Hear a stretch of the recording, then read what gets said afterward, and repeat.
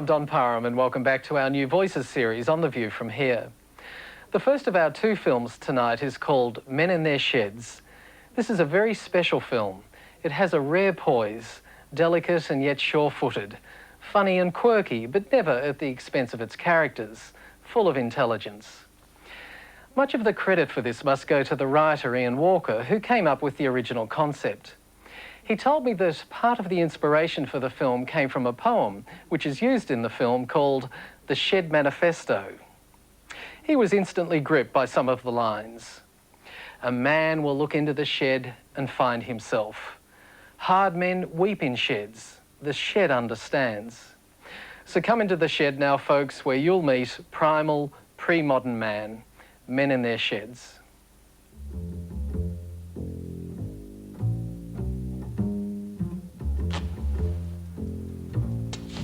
You can't ever have too many sheds. You can't. I've got 1,000 hectares here or something. I'd still fill it all up with sheds, for sure. You know, use the rainwater and have spray booths, and I'd have camera areas, and I'd have bloody pits, and I'd have hoists. Oh, mate, no, you could never have too many sheds.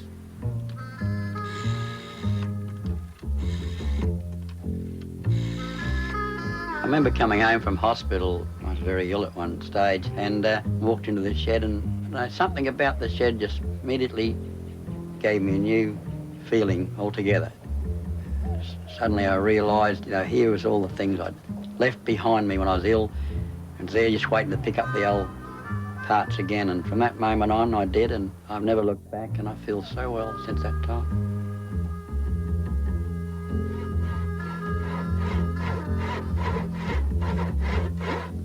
My shed is a therapeutical workshop.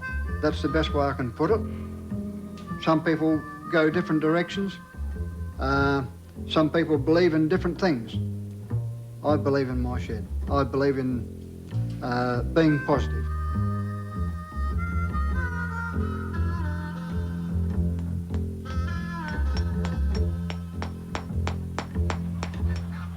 It's a place that always leaks, that always needs finishing, that's never complete. It's a mess, but it's not a mess. It's an enigma. It's a paradox. It's a wonderful space.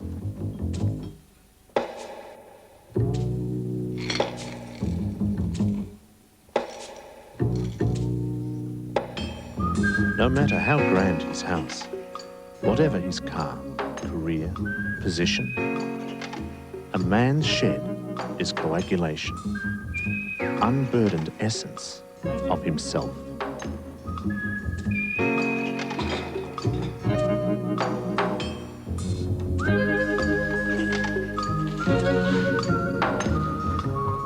Hard men weep in sheds, honking and snuffling for half an hour or more before composing a face to meet the world.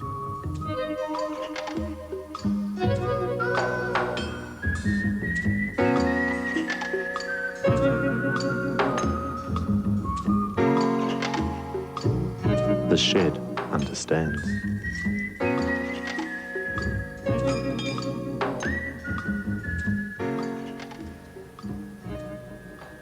Men are strongly encouraged to be out in the world and be active and be creative and to construct and do things. And the emotional and feeling domain, the interactional domain between people, is often seen as being women's territory. So I think that in a way the shed has provided them with a legitimate way of escaping from that emotional domain, if you like. I walk into the shed and the first thing I see is my tools, what I was doing the previous evening or the job I was doing the previous evening. I immediately go to the job I was working on, turn my music on, and my life's really terrific again. I just feel different. When I first moved in, we opened up this shed door here and we had a look all the way down the back here. Thought, this is great. Look at this. It's 2.5 car lengths long. Oh, you'll get some real good guns out of this for sure. You know, heaps of space wide. Fantastic. Concrete floor. Wow, beauty. I worked on mine for approximately 33 years. And during that time, I've made a lot of acquaintances, a lot of friends. And you have the odd incident that happens that does tend to upset your life at different times. So When the time came for me to retire, I had to create a new life, and working in my shed was the foundation of a new life to me. Well, it's a space of meditation and a space of concentration and a space of work, but pleasurable work. It's not driven work, driven by a boss or anything like that. So it's a relaxing space. We moved here into the home in 1953. We built the shed about 3 months after arriving here. Over the years, I go to various markets and bazaars, whatever's on, or little fetes, and look around for that little oddity, a little bit of nostalgia, and bring it to the shed and hang it up here. And perhaps one day I say to myself, well, I'll clean that up or restore that. Got a lot of artworks and things in here. There's a couple of things out of magazines. We've got old Mick Jagger up there reminding us how old we are. The treasures, this boat. Wait till we get that finished and go up to Yukonby. Oh, we'll catch fish. Beautiful. Good, safe place for my motorbike. You can't see in, you can't see out. I've got a couple of spy holes. There's a heater down the bottom here. There's a real good wood heater, and another one outside there we're going to put in when we finish the boat. I find that working in my shed, it's a retreat, and it's just something to get my mind on what off my problems, and to relax. And well, I like constructing things and putting things together and welding and such likes, but I just can't sit around doing nothing. I've got to be productive. It's my own space. It's not the kitchen, it's not the telephone, it's not the TV. It's like a Chinese soup. It changes. I mean, its bench changes, its space changes. I mean, we've got 3 different back sheds here. One's got ducks in it, one's got gardening tools in it. This one's got clay in it, one outside's got plaster and cement in it. And they're all moving and changing. They're like a movable feast. Around the shed, a lot of my old mates that have passed on, their widows have left me the tools, and I've managed to keep them here as mementos of those guys. And so when I use their tools, they just seem to be still here with me. That's why I think the shed is sort of a life, really. It's I don't know, just a feeling you get when you work in this shed. You walk out the door of the shed and there's nothing out there. It's a different world. And the Bonnie, this is the only female permanently allowed in the shed. This is the Bonnie. Temperamental old thing, aren't you? But still, she'll start when the time comes.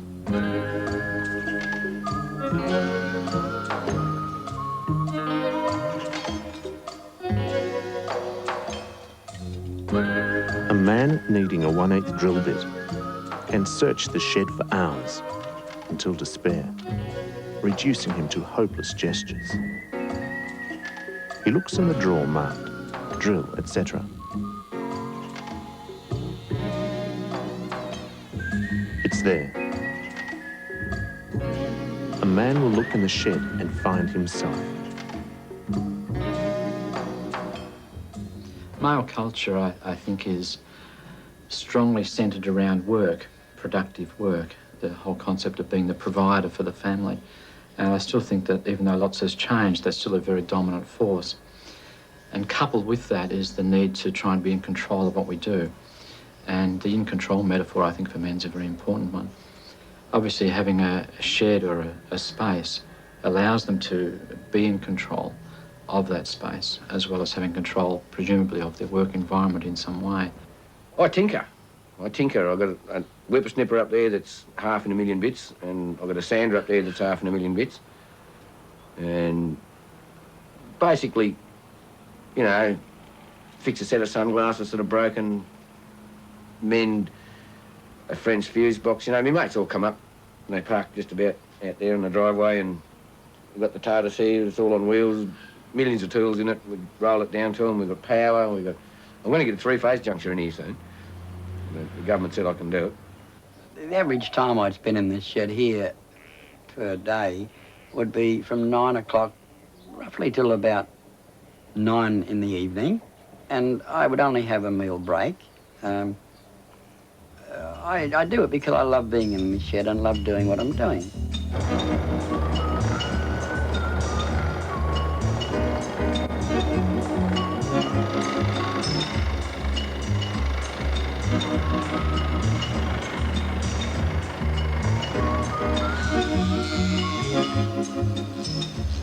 In the type of work that I do, it's very exacting, and you get so involved in what you do.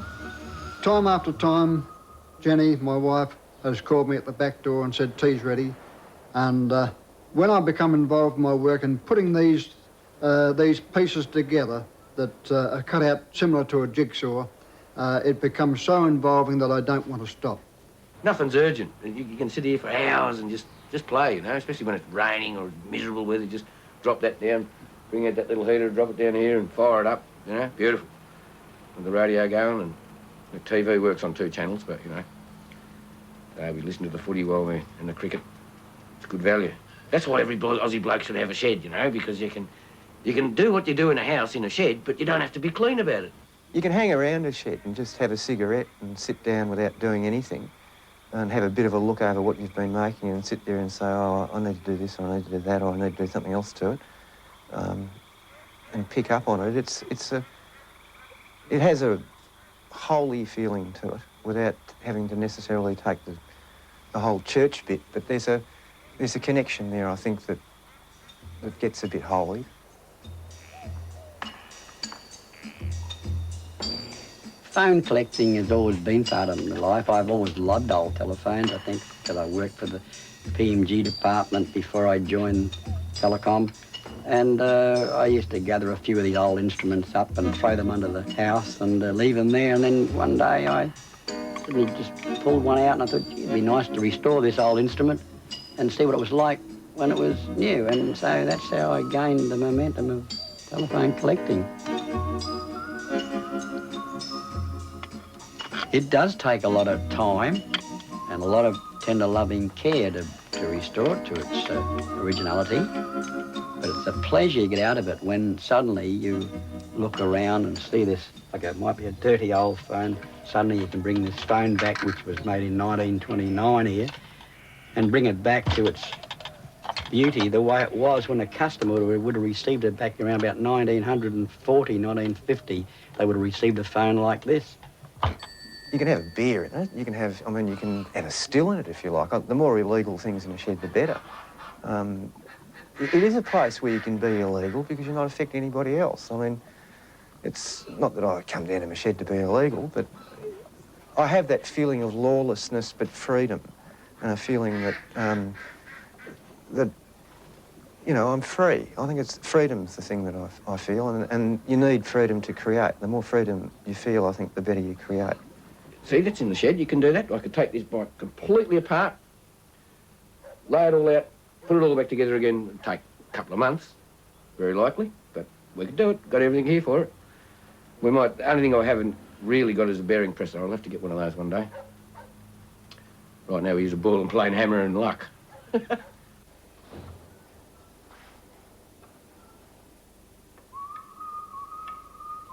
My direction in making people happy has been creating Christmas themes to decorate the front of my home and to see all those young faces and older people come and get some enjoyment at Christmas time.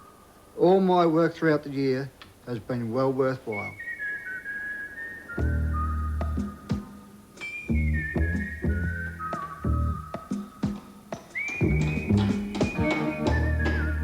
Shed is freedom, the soul's aquarium, where memory eddies and the day stands still.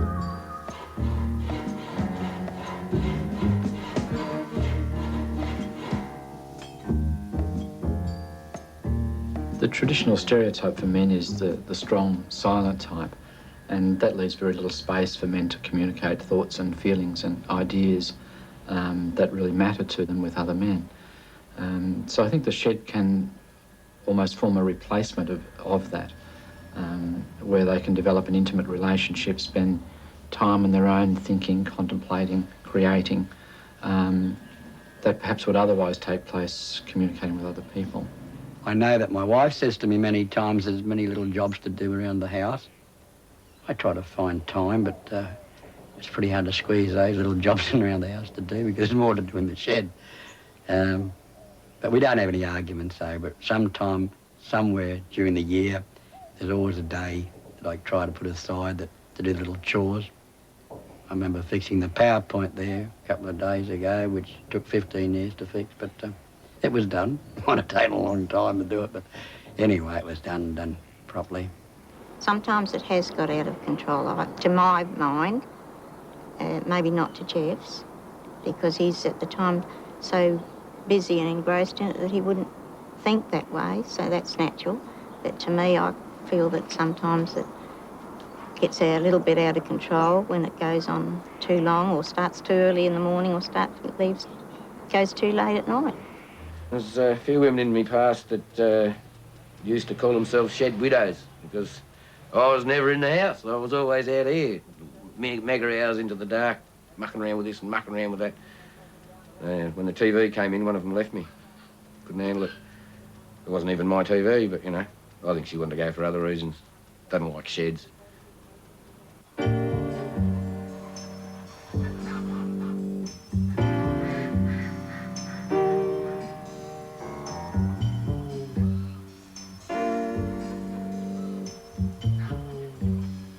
Well, Dad had a shed that was one of those garage. It was really a garage where the car should have gone, but the car never really got in there.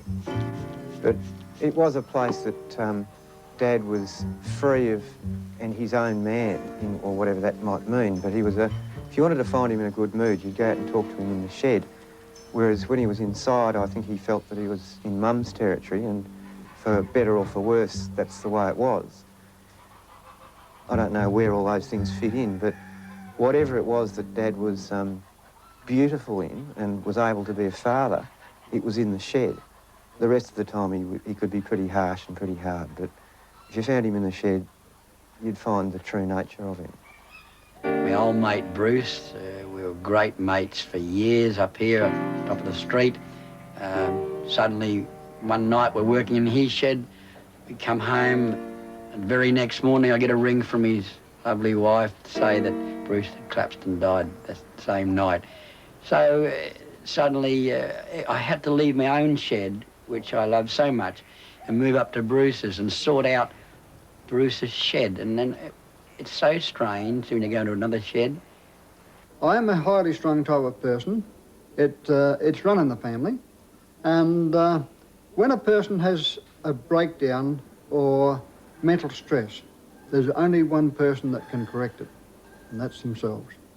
And working in my back shed, it redirects my brain to relax and enter a different course. Lloyd gets down the shed there and he puts the wireless on or tapes on, and next thing you hear him, he's whistling or singing, and I run outside sometimes thinking something's wrong, but he's just doing a bit of loud singing above the drills and whatever. And but he's a lot happier while he's down there working. There's nothing better than coming home after a good ride, sitting in this chair, listening to the bike tick down, have a beer and relax and say, well, that was a good ride and that was thoroughly good. And you're in your shed, and when you come to close it and lock it up, you've got to walk to the house, you sort of feel a little lost, you know? Like, oh, well, I can go there tomorrow because it's mine. I can go there tomorrow because it's mine.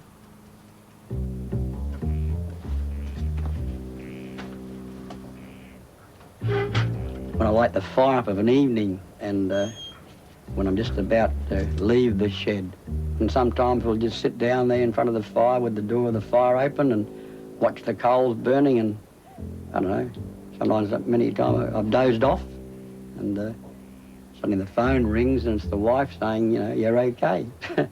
But it's just that I've dozed off, perhaps watching the embers burn away.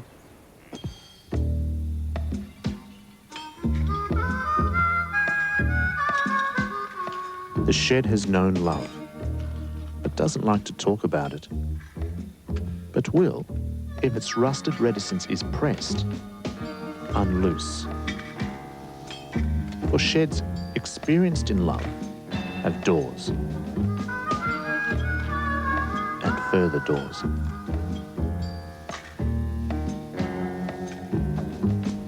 Sometimes it is better not to ask.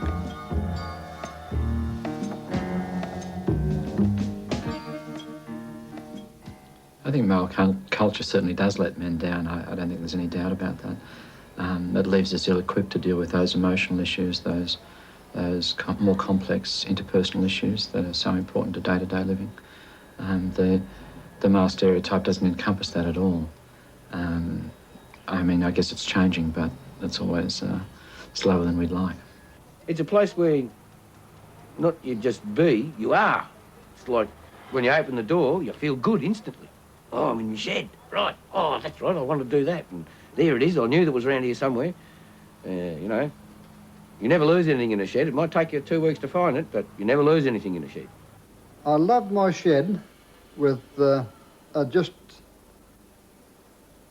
Well, I don't know what I'd do without it. It's just one of these things that it grows on you and you become part of it as much as it becomes part of you. I don't think I could live without my shed now. I think I've gone too far to move away from it. I don't think I could ever turn to other things that perhaps other men of my age do in their life. I've locked myself into it, but therefore I've locked into a love of something I like. My shed is my life now. My wife's me choice just as much as my shed, but as I said, she's number one, and perhaps I should say my shed is number two. I'd like to be buried out here if they'd let me. Dig a hole in the concrete and drop me right under so I could see all the oil drips from the millions of Bonneville's that'll come through this place after I'm gone. That'd be good. I'll be pushing up oil stains rather than daisies any day. Whatever shedness is to a man is probably something to do with freedom and something to do with creativity and something to do with their own love of life rather than something they're driven to. I think that men are often driven at work by a boss, and a lot of them feel driven at home by their wives, and there's not much love there in a lot of their lives. But often I find that the sheds that I visited, that men were pretty relaxed, and if there was a place where they were going to be human, that's where it'd be.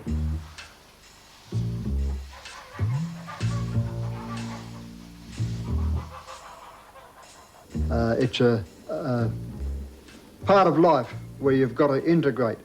It's like a marriage with your wife. You tend to live together, and this is my second home.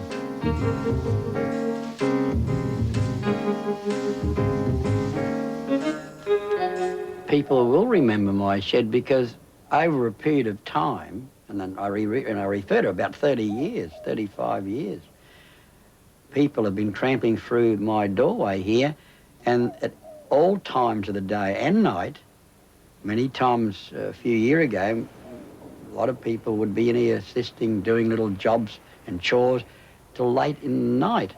And so even if they don't remember me, I'm sure they're going to remember Jeff King's shed.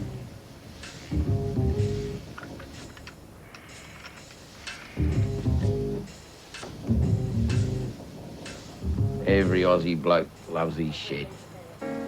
That's why I built that Manche 2 rows out there, in the shape of a heart, a love heart. So I can see from the house and say, anybody walking on by, see, that bloke loves his shed. I'm happy with that.